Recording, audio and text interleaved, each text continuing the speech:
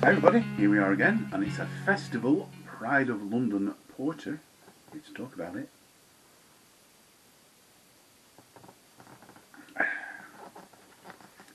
That's the bit that cuts off the box, put on the fermenter and on the barrel to know what's in it. Show you the rest of the box. Look, bits falling out of the hole that I've cut.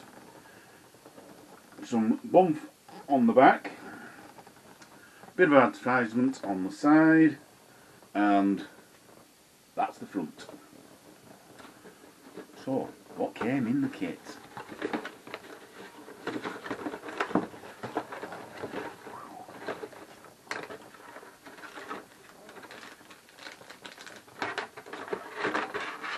First off, we had a pouch, a large pouch, 3 kilograms porter. Nothing left in there, as you can see. Still smells a little bit malty, but nothing in it, because I've made it. It came with 650 grams of dextrose, which I didn't use because when you look at it, makes approximately 23 litres, approximately 5.2% ABV. I didn't want a 5.2% ABV beer, so I didn't add the extra sugar. So mine is an all malt kit. If you add the extra sugar, it's not an all malt kit, but it'll be stronger. It also came with 90 grams of priming sugar, which I also didn't use. Not sure what I used. I used 20 grams, whatever it was.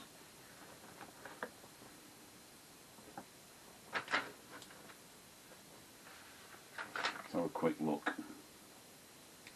Doesn't say. Very possibly use 20 grams of standard table sugar. It came with 50 grams of hop pellets, which I've used. Still smells very hoppy, sort of spicy, earthy notes there. Does it say what hops? Target. So 50 grams of Target.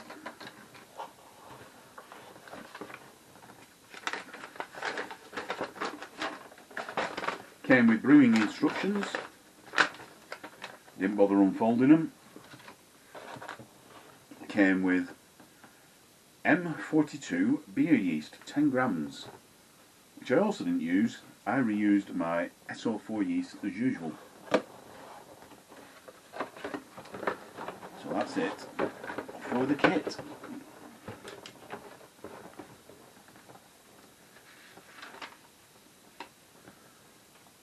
Starting gravity was 1.046 at 16 degrees C. Final gravity was 1.016 at 19 degrees C. That's 3 degrees difference. We're getting into faffing territory, which I didn't bother to do. So it is a very approximate 4.076% ABV. Dry hopped it for approximately 3 days. I don't dry hop any longer than 3 days, preferably less, because otherwise you do tend to get, certainly in lighter beers, depending on the hop, quite a dank wet cardboard flavour. Been through that before. So let's have a look at it. You can get ahead. It doesn't really stick around, but I think it holds about a cap. Does produce some quite nice lacing.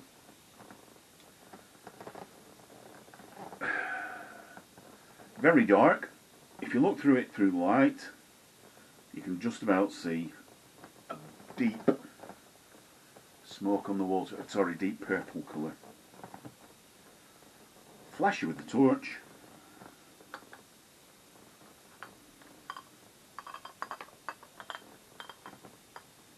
Yeah, you can just see that deep purpley colour. Let's give it a little sniff.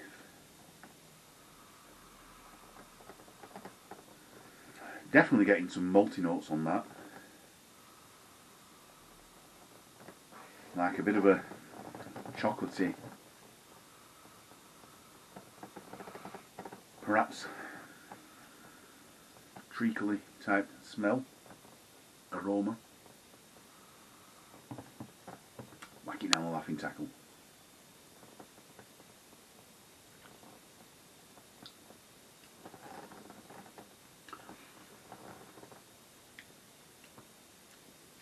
It's a difficult to describe. It's sort of like a sharp sweetness right up front.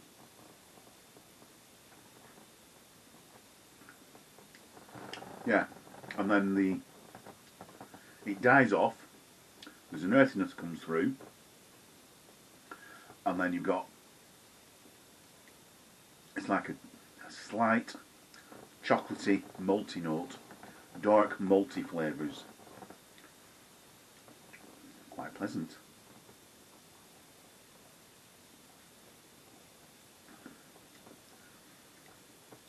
Maybe a hint of fruitiness in there. But yeah, definitely earthy tones, a little bit like a stout. Porters, to me, are very similar to stouts, not quite as... Stouts tend to be, unless they're a sweet stout, tend to be a little bit harsher with burnt notes, whereas that doesn't really have any of the burnt notes. It's more of a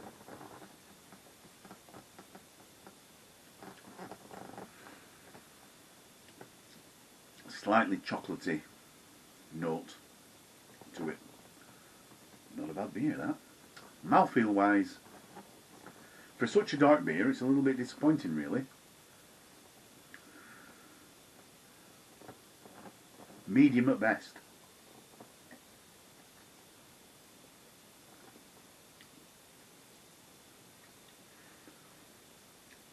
It's not bad, but it's not thick.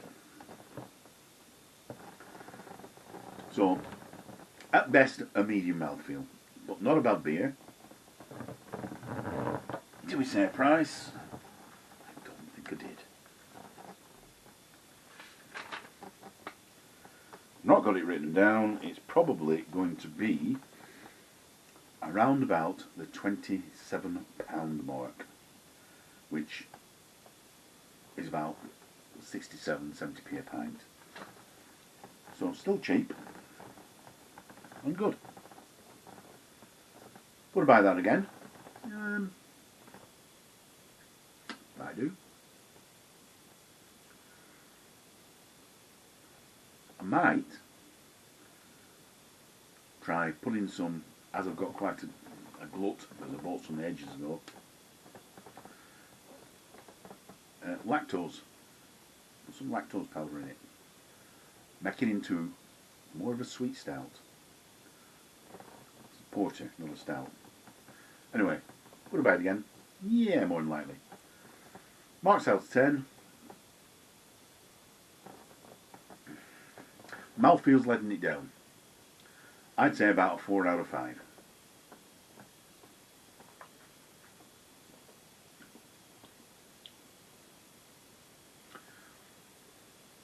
Could have been a 4.5 if I can get half points, but I can't. So, 4 out of 5, not bad. Buy it again, yeah. Like, comment, subscribe. See you next time. Cheers. Bye.